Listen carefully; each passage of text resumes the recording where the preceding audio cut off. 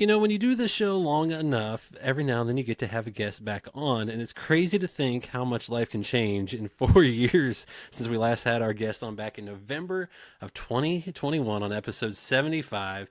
He's now back for episode 255, and a little bit in life has changed, and we'll get into that here in a second. I'm Jonathan Green, your host here on Hops and Spirits Bar Conversations, and our next guest, he's a country artist. His latest album, Between Heaven and Hell, is out now. If you haven't, give it a listen, and let's welcome in Creed Fisher. Thanks for having me, man. How you been?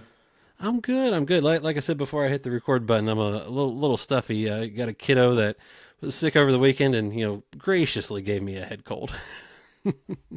They'll do that in a heartbeat. I got Yep. 7 grands, so Whew. I was gonna say I'm gonna ask you about those grands in a little bit, but this is bar conversations. I got a little bourbon tonight, a little Brothers Bond. I thought that was fitting for you. What's your go to drink? What are you drinking tonight? I'm having a little whiskey and coke tonight. Now, is that your go to when you're on the road? A little whiskey and coke, or do you mix it up? Or Yeah, I gotta stay away from. I try to stay away from the white liquor. It doesn't suit me well. Been trying to really slow down altogether while I'm drinking. So, I but understand yeah, that. I'll have a little bit of either whiskey or bourbon and some Coke Zero. I was gonna That's say my that's my jam. guilty pleasure. I love a good Coke Zero. Yep, me too. Now, you know, talking about slowing down, behaving ourselves. I know when I said a lot has happened in life in 4 years, or a lot can. For you, a lot really has. Back in a little over a year ago, you were involved in a hit and run up in Minnesota. I know you're back at it. Obviously, you got the new album. You're on tour, but how's your health? How's the recovery going? I'm doing really good. It was a little rough spot there for a minute, but I got through it and came out the other side even better. So just feeling good. I mean, I got arthritis. I had arthritis before though, so So I'm sure that I helped a just whole have to lot. say blessed. I feel blessed to feel like I feel like I'm back to pretty much where I was. And I was going to say, I mean, the support you received, from whether it was your fans or other artists. I mean, how special was that? I think anytime that you go through something like that and you see how people that love you, show up for you, and and sometimes someone doesn't, or well, and not everyone's going to. That's just life. But I think it just makes you stronger and closer with those people, and it just makes you realize how much they mean to you. And I got through it. They helped me get through it, and we came out the other side. Just like, I mean, we all go through these kind of things, but I just think it showed me, obviously, that little cliche, but who your friends are. You find out who your friends are. So come out the other side, and I always say you take the good and leave the bad, man. If anything in life, that's my advice. No, that's You know. that's really good advice. And was there anyone that surprised you that reached out and maybe gave you some words of encouragement? Well, I was recently signed with Colt Ford's management, the same management that manages Colt Ford, and I'd say Colt and just management and a lot of fans, all the fans, and that matters more to me than anybody else out there I could think of. So, just my family and my fans. Absolutely. And you talk about that family. You mentioned having seven grandchildren. What's life like being a dad and a Paw Paw? Did I say that right? Is that what they call you? They do. Rock star Paw Paw. Some of them do. It's the best job you'll ever have. I mean, it's being a dad's the hardest job you'll ever have, except being a stepdad. That's even harder. But and then being a grandpa's a pretty good gig. You get to go over there and love on them, and then hand them back to the parents, spoil them, and then give them back. But so I would say there's nothing quite like being a grandparent. But uh, I just love my kids and my grandkids. Just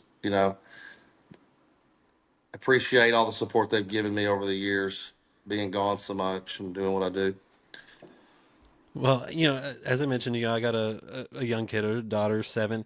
Any advice on raising girls? I mean, I know you've done pretty well, it seems, or at least gone through a lot. Well, man, just be close with them. Stay close with them. If they want to paint your nails, let them paint your nails. If they want to dress you up with makeup, let them dress you up with makeup, you know. And I always told my daughter, I toughened her up a little bit too, though. I didn't let her, you know, if she fell down and scraped her knee, I picked her up and, we cleaned it off and I told her to suck it up and go on about her business, you know. So I think both of those sides, you got to give them both those sides, the feminine and the masculine. I like it. I like it. Well, and I was going to say, I believe your daughter is trying to follow you in the music industry. What's it like to see her take that leap? What's the feeling going through there? It's a lot of emotions. Just being as proud of her as I am and seeing how good she's doing. And then all the other side of it, just worrying about her a little bit and trying to protect her. And it's mostly good though. I'm very proud of her. Well, I was going to say, that balance of letting her kind of go on her own, but you also have been through the music industry, so you know how fun this life can be at times. I'll put it that way. It can be a good life and it can be a rough life. I think that's life in general. But I think it helps me knowing that I've been through it and I can help her, guide her and let her, make sure she's safe and doesn't make the bad choices that some of them make, like even myself, have made. Well, So you learn along the way, right? yeah, and I'm a daddy bear. I just feel very blessed that I could have spent lay the groundwork, I guess, for what she's going to do, which I think she's going to do some good stuff. And that's the main thing. That's what makes me happy is I truly, truly believe in her. And I have high standards when it comes to that, and I wouldn't just give that to her just because she's my daughter. I truly think she's got one of the most beautiful voices I've heard, and even if I wasn't her dad, I'd feel that way. So That's a high I'm compliment, proud of her. then. Yeah, that's awesome. Well, and I was going to say, I mean, knowing how you grew up, where you grew up, growing up in West Texas, how did just your life out there kind of shape who you are, and whether that's musically or just in regular life? I think lots of places can shape and mold you into who you are, especially places where that are more independent, like Alaska, like Texas, West Texas in particular. It was where I'm from, and it does turn you. You become very independent, I guess. We don't ask for a lot out there. We take care of ourselves. We take care of our own, and it breeds that in you, and that's how you're raised. That's what you see. That's what you're used to. We're very private, and we're very patriotic. We love America. We love the values that our country was founded on, and we love our independence. And I think that's the main thing, being from out there. Now, obviously, growing up, in West Texas, I mean, I'm guessing you enjoyed some of the classics when it comes to music. But who made an impact on you then, and even to this day? Well, I wish I could give some answer that wasn't probably what you would think, but it's it's going to be exactly what you would think. Uh, Waylon Jennings, Hank Williams Jr., Merle Haggard, George Jones, Johnny Cash. But on the other side, I was also getting because I grew up in the '80s, came of age rather in the '80s. So I was also growing up on Southern rock and rock. So I grew up loving both. I grew up loving Black Sabbath and Ted Nugent and Tom Petty, all different kinds of stuff. But So when it all the comes to storytellers. country music was always a little more prevalent, and I always kind of gravitated a little more to country music than I did rock until I got older now. When I got to be in my teenage years, I went off the rails with rock and roll because Ozzy was my favorite. But then George Strait brought me back around when I got older. So So you went the full circle. Now I it's got to all ask. blended together. Yeah. Now I got to ask. So many people that I talked to, at some point they had a rock band. Did you ever have a rock band? No, I never did have a rock band per se, but we do teeter the edge of Southern rock, which, but I wouldn't call us a rock band. So I'd have to say no. Okay, because I was gonna say I know there's a lot that grew up in the '80s and '90s. At some point, they had to dabble in rock because it was too good. I think we walk a fine line of it. I mean, it just depends on what we want to do. I mean, if we're going to go in and open up for George Strait, I can play 45 minutes of nothing but steel guitar. If we're going to go in and open for Leonard Skinner, I can twist it the other way. But I don't think I could ever say I played for a rock band. Just there was rock in we played rock music here and there.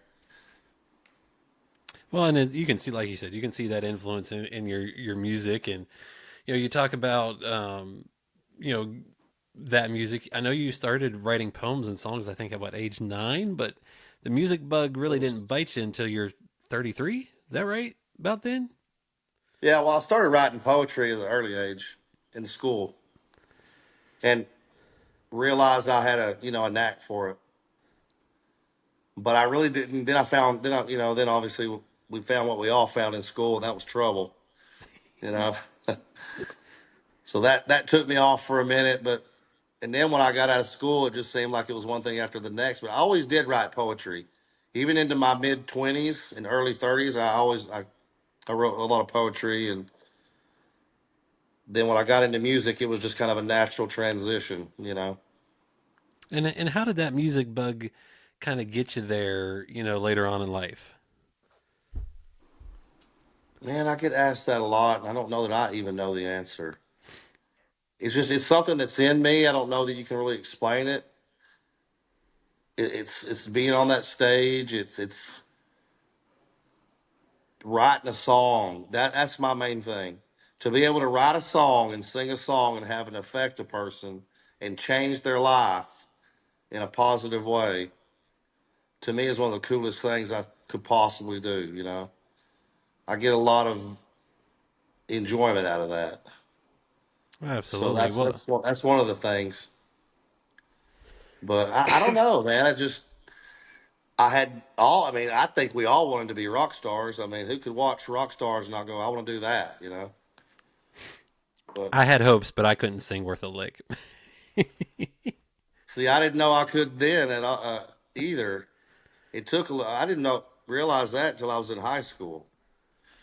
But Well, and look at you now. But I mean, I love the fact that you kind of got into this a little later on in life. For you though, you talk about growing up in West Texas. That journey back to music was interesting. You had time in football minor leagues and serving in the army, being an electrician in the oil fields. What was it like for all of those to kind of lead you to music and be able to pull off of all those experiences for your music? I've always said, everything you go through just makes you who you are. And I think getting into music later in life for me was the only true answer. God knew that better than anybody. I don't know. I don't know. I don't think I'd still be doing music if I got into it at an early age, like old Gavin Adcock. I'd have burnt myself out. So I got into music the exact time the good Lord wanted me to get into it, and it's worked out well for me. And I want to do it the rest of my life. So or as long as the good Lord's willing, and I can get up there and do it. So Well, hopefully that's a good while longer. And on your journey, you've, I believe, released over double digit albums, 11 albums, I think, of your own, pulled in 100 million Spotify streams, 60 million YouTube views, all independently. What's it been like to kind of carve your own path? Because I feel like as a West Texan, that's a something that independent spirit lives in you. I think it does. I just put out my 15th original album. Or no, not original, my bad. My 15th album. I do have two, I have three cover albums that I've done, classics, country stuff. And I think that putting out the albums has been my addiction the whole time. You know, just have a passion for it. Just writing songs and seeing how people feel about them, how they react, how it touches them. And it's almost like an addiction. You know, I'm addicted to putting the music out. But that's Hey, good for that's the a better fans, one I to think. have. And it works for me. So, I was gonna say that's a better one to have than others. yeah, I've had a few, and that's probably the best one. Well, I was gonna say to do it all independent too. I mean, that's got to be something that's not easy, and to kind of do it your own way is pretty cool. I think that's West Texans as well. You know, I don't judge anybody else on the path that they decides what's right for them. You know, but that was the path that I felt was right for me. I was older, getting into music. I knew chances that Sony wanted to sweep me off my feet probably wasn't going to get a very good deal. You know, and you got to go gain some leverage. And I got lots of leverage, but I'd never sign. This well, I'm signed with Average Joe's, and I'm gonna have a partnership with them for a little while, and I'm gonna go do my own thing after that. And after that, I'm never gonna sign another record deal after that because I won't have to.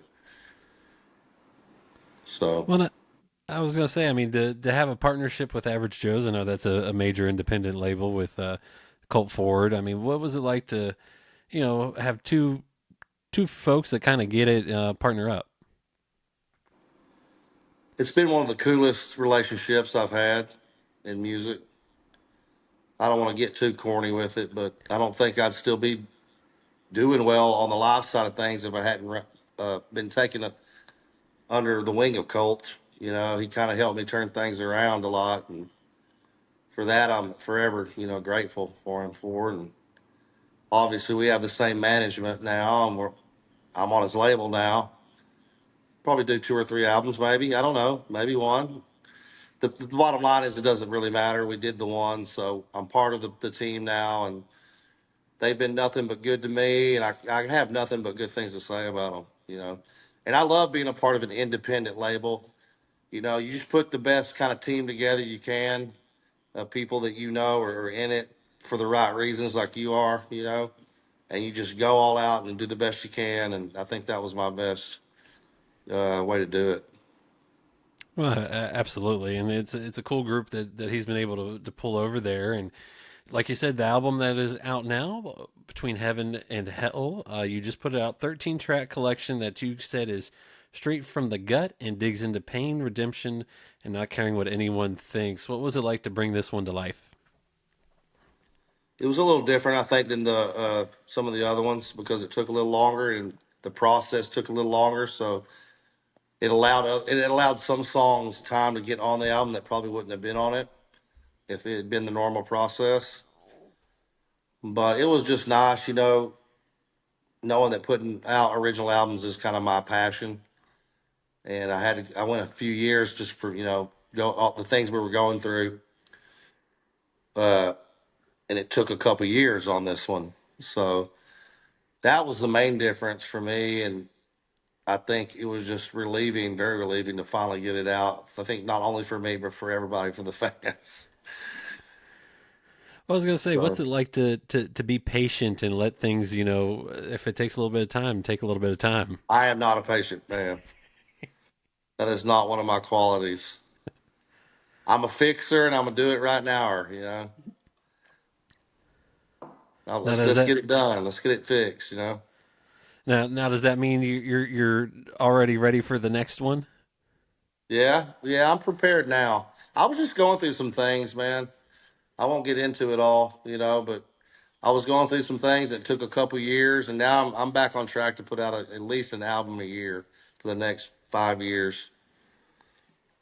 I like that. I like that. Now, on the album that you just put out, like I said, Between Heaven and Hell, the first single, the first taste was "Keep Those Wheels Rolling."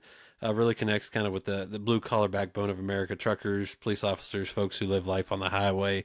What inspired you to write that song, and why'd you kind of want to let that one kind of kick off everything?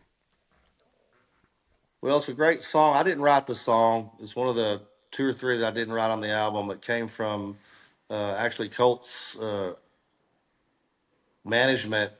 They pitched me a few, and it was one of the ones I picked.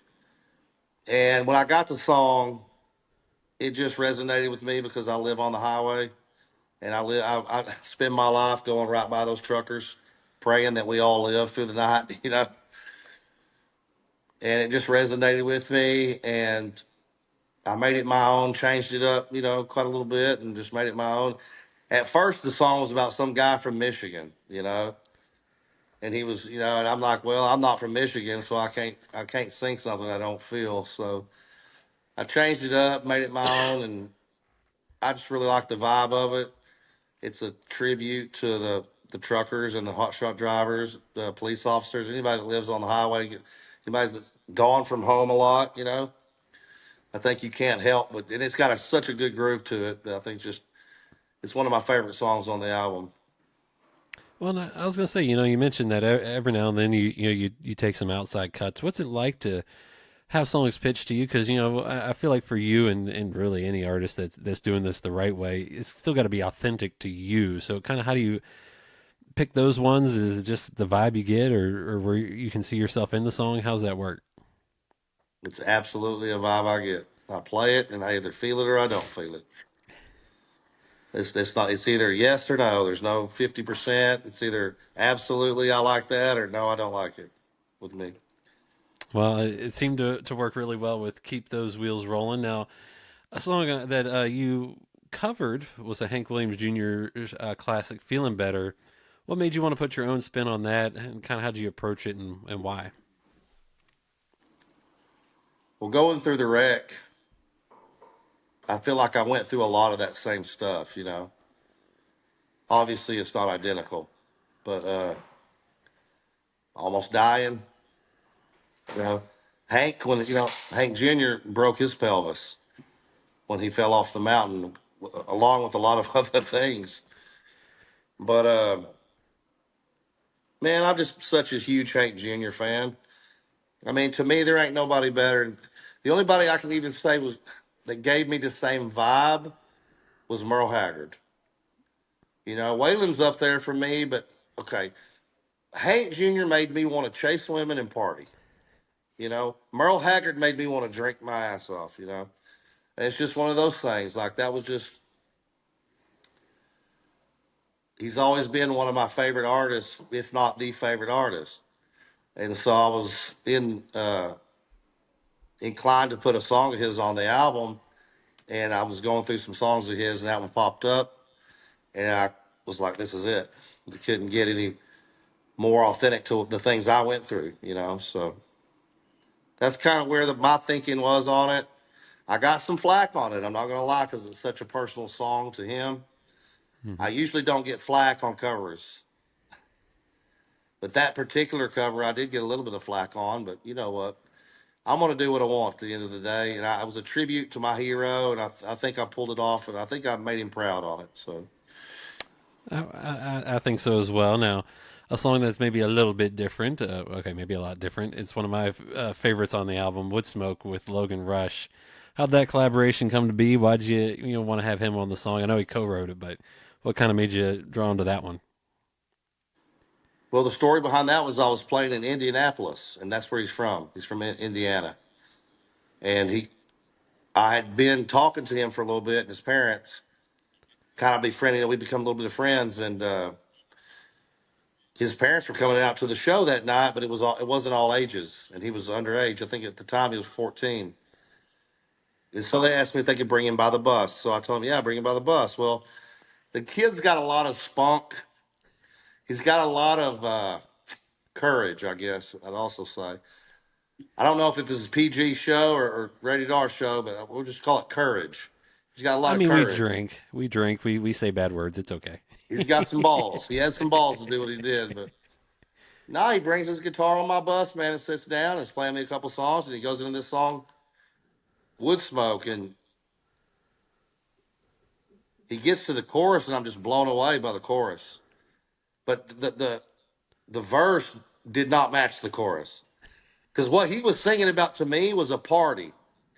Like, this is a party you're having when you after you've worked all week with your Kim folks, with all your friends. But his verse was like some, because he had gotten his heart broke for the first time. Mm. So I was like, man, I really like that. Why don't I help you rewrite that? Let's make it what it should be, and let's do it together. And he was like, heck yeah. And so that's what we did. I That wrote the takes some first verse. courage. He wrote the chorus. I wrote the first verse, and then we both wrote his verse together that he did. So That is awesome. That's some courage to hop on a bus with anyone. yeah, And I had to give him credit for that.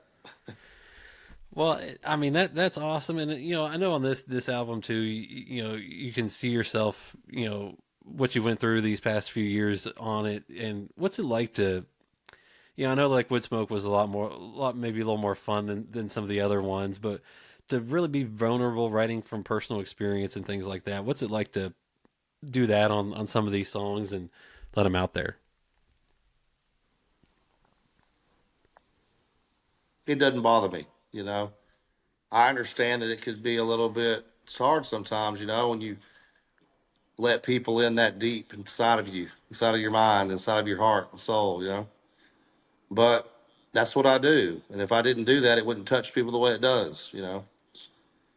People wouldn't be affected by it if it didn't affect me that way. And it's one of the coolest things, man. Music is magic. It's one of the things we got on this planet that's, you just can't, you can't beat music. It takes a time machine. It'll take you back in time to somewhere you were before when you heard that song, or some experience you had with maybe your grandpa or someone you loved, and it's just a really cool experience, man, to sit down and write a song and have other people affected by it. It's really powerful thing, man. I was gonna say, I think the thing that in all my conversations that has always stuck with me is when you have those moments where people come up to you and talk about how it got, especially when it gets them through things. And as someone that I know has gone through stuff, I mean, that's got to be even more impactful when they say a song of yours got them through maybe a rough patch or a rough time in life. It never gets old, man. I never take it lightly. I don't talk about it a lot, but I can't tell you the veterans I've sat and held in my arms while they just cried their eyes out, and telling me that if it wasn't for my music, they wouldn't be here. I really don't know what you say to that, except thank you. I'm glad I could help. And it's been more than just a few. It's if it's not that, it's just a guy working his tail off, feeling like he's not appreciated, and just life keeps throwing him curveballs every time he turns around, and my music just helps him get through the day. It helps him get through. It helps him believe in America again. Because it's so easy these days just to get depressed, and it's so easy these days just to lose faith that we still believe the things we used to believe. That we can disagree with a person without calling them fascist, or we can disagree with somebody without saying they're a Nazi. That was the whole point of our country. The whole point of our country is we don't agree. That's why we have two parties. Now those two parties are split, and sometimes we've had three. You want to do the independent, whatever. But in those two parties, you have several factions of different people. But the bottom line was we've always been able to air out our differences respectfully, knowing that we don't agree, without calling each other that level of vileness.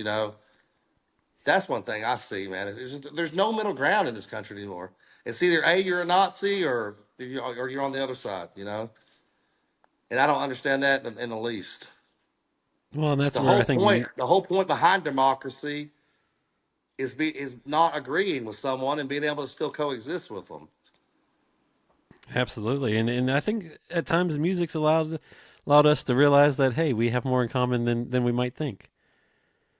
Music absolutely does that. I'm glad we have music because I think it does that more than anything else. There's one thing I can think of that brings us together more than anything else. It's music, for sure. Well, and as someone that gets to travel all across the country, you've been quote unquote a road dog. You know, you got that reputation. You travel a little bit for shows, whether it's playing a lot of shows or playing all across the country. What's it about life on the road that keeps you coming back for more?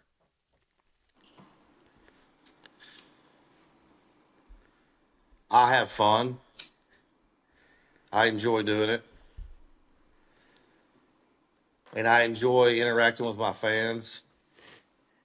You know, they make me happy seeing how much I make them happy. You know, but to be honest with you, at the end of the day, I just really enjoy doing it. I have a lot of fun doing what I do. I love the shows. You know, I love going out there, stepping on that stage at the beginning of the night with the energy is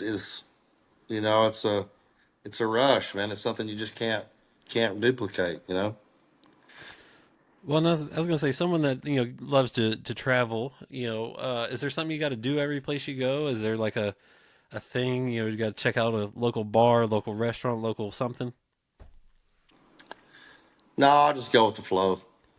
Just depends on Whatever where you I'm feel that at. day. Yeah, whatever I feel that day. I I'm love it. spontaneous. I love it. I love it. Now, how do you balance though that grind about being on the road and obviously having a family, having seven grands, the personal life? How do you balance all that? The best you can. You know, I think we all struggle with that of how we balance things. Because when you say no to one thing, you're saying yes to something else. You say yes to one thing, you're saying no to something else. You know, but I think it helps a lot when the people in your family understand and support you for sure. Because you're always going to be gone too long. There's no way around that. You know, I play 120 dates a year, and my grandkids can't go with me right now. You know, so you just do the best you can, and you make sure you put in the effort when you get home, the extra effort when you get home, because you love them so much. You know, you want to make sure that you're getting that connection with them. You're not missing everything. You know, sometimes you can just go the extra effort, man. You know, sometimes you're supposed to go to an award show, but your granddaughter's birthday's that day. Well, you go to your granddaughter's birthday. You know, award shows will be there, and I think just little things like that, you piece them together through the year, and just hope at the end of the day it all works out. Yeah, no, I get that, and I love something. I was doing a little deep dive on your social media. Wasn't being creepy at all, but I saw. I think it was maybe last year or the year before. Your kids and your parents finally got to see you at a show all together. Is that right? Something like that? Yeah, yeah, that was a very special night for me. You know, my dad just passed a few months ago, and my dad had only been to one other show my whole career, and that was years and years before, back in Odessa, and he was sick. You know, we all knew we had been diagnosed with cancer. They gave him 3-6, and he came out. We had all the grandkids, I mean, not the grandkids, all his grandkids, which is my kids, the all the family, the cousins, the uncles, my mom, and it was something I'll never forget, man. It was special, just having everybody there like that. Well, and I was gonna say now, I know he has passed, and sending along the love on that and the thoughts. Have your grandkids gotten to see you at a show yet? They haven't got to see me at a show yet. They've gotten to go to videos, so they've gotten to be a part of videos, and they've gotten to see a lot of my videos, which is we're playing. It's kind of like a show, not the real thing, but no, they're just not old enough. You know, the oldest one's 12, and I haven't been able to sneak him in yet. So, Maybe one day, right? well, yeah, I think that'll play out. I'm looking forward to it actually.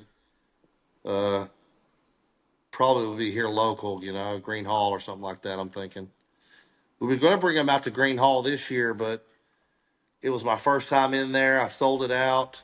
My daughter was coming to sing. They don't allow kids. I didn't want to push the issue because it was my first time in, But they'll see Paw Paw play pretty soon. I love that. I love that. And you talk about being up on stage and you just love it. There's nothing like it. I mean, what's it like getting out there every night and performing and bringing those songs to life?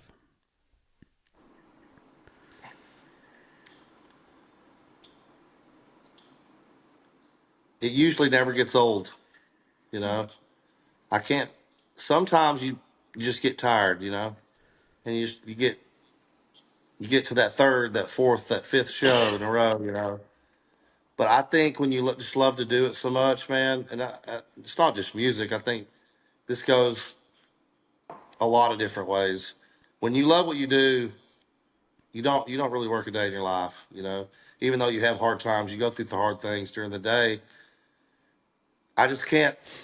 It's even like when I talk to my girlfriend, about things, and she's like, "Yeah, I saw you working so hard. You did those 3 interviews." I'm like, "I used to work for 12 hours in the sun with one break, with an hour break with a ham sandwich." You know, I think I'm gonna be all right on these 3 interviews I had to do. Especially on the one get to have whiskey and coke. Yes, exactly. I just try to keep that in mind. Try to keep it all in perspective. I get to do what I love for a living, and not everybody does. So Absolutely, absolutely. Now, at the beginning, I asked you what your favorite drink is, go to drink these days. Is as we get toward the end, I always love to ask this one because it's always interesting to see what my guest's reaction is. So, what is your favorite song of yours to perform live these days? it's hard to answer that, but let me think. I'm gonna come up with one. I'm not gonna play that game. I'm gonna say "Old Outlaw Like Me." Okay, I It's got like it. something special about it, spicy. You know. Well, because I was going to say, I never know. Some answers are, and they're like, I know it's going to be a cliche. It's my latest single. Sometimes it's I'm songs that trying to they. change the way I answer all these questions and actually give some different answers and think about. Because Well, usually I'll be like, "Well, I really can't pick. I love them all." Now, "Old Outlaw Like Me" right now I think it's my favorite, man. all right, and because I know you love the classics, what's your favorite song to cover? Over the years, my favorite song to cover has been "Mr. Weatherman" by Hank Jr. There's just a vibe about that song. I sing it really well. It just gives you goosebumps, man. That one. I love it. I love it. Two good answers. Two good answers. Yeah. And and I also just never know what someone's going to say because when you can do stuff live, you can always change up songs and give a whole new experience to people. And I think that's what the other cool thing about music. It can transport you, but you can get a whole different show every time on the same song. I can sing it different every show, just as long as I'm getting the words right. Now, I think Well, that's kind of the fun thing about singing a song live over and over. You kind of figure out exactly how you like to sing it. Sometimes you tweak it up as you go along. I think one of my favorite things I forget who I was talking to. They were like, I really wish we would have recorded these songs later after we played them enough because I've changed up a song completely Oh, I've after. said that many times. I hear songs I recorded in the beginning of my career, and I think that's why we sound so good live. People always say you sound better live than you do on the CD. Well, that's because on the CD we know what the heck what we're doing. See, practice makes perfect. I've got every syllable down now. See, I love that. Now, folks, like I said, his new album Between Heaven and Hell is out now. Give it a listen, and if you haven't, go deep dive into Creed's songs. You will not be disappointed. Now, there's not much time left in 2025, so what else can folks expect from you? I guess these last few weeks in 2025, but obviously on into 2026. Well, we tour the same every year. We go from the second week, approximately the second week of January to the second week of December. So we tour all year. So just more of the same. CreedFisherOfficial.com is where you can check out the tour, keep track of where we're playing. Every time a show's added, it goes straight on there. If you follow bands in town, there's a few apps like that you can use, but it's usually CreedFisherOfficial.com. We perpetually on tour for at least, until I can't do it no more. I really love what I do. We play from January to December every year and take a month off and repeat. So this next album's called This Whiskey and Me Tour, which is ironic because I'll be drinking less whiskey than ever. But I kind of like the idea. But yeah, I mean, I'm excited, man. The next album's pretty much already finished. I'm going next week to put the finishing touches on it. So we're going to be getting that thing out as soon as possible next year, spring of next year. So, just a few things coming in 2026 then. Just a few things, yeah. Another tour, another album. It's probably one of my favorite albums I've ever put together. I say that every time, but this time I don't know if I'm going to be able to top this one. Well, if that's not a tease, I don't know what is. And Creed, man, thank you for coming back on. Hopefully, it's not 4 years before the next chat. And hopefully, maybe life's a little less crazy in between. But, man, thanks for sharing a drink with me. And cheers. Well, thanks for having me, man. I appreciate it, and I have faith that things are going to be better moving forward. And cheers.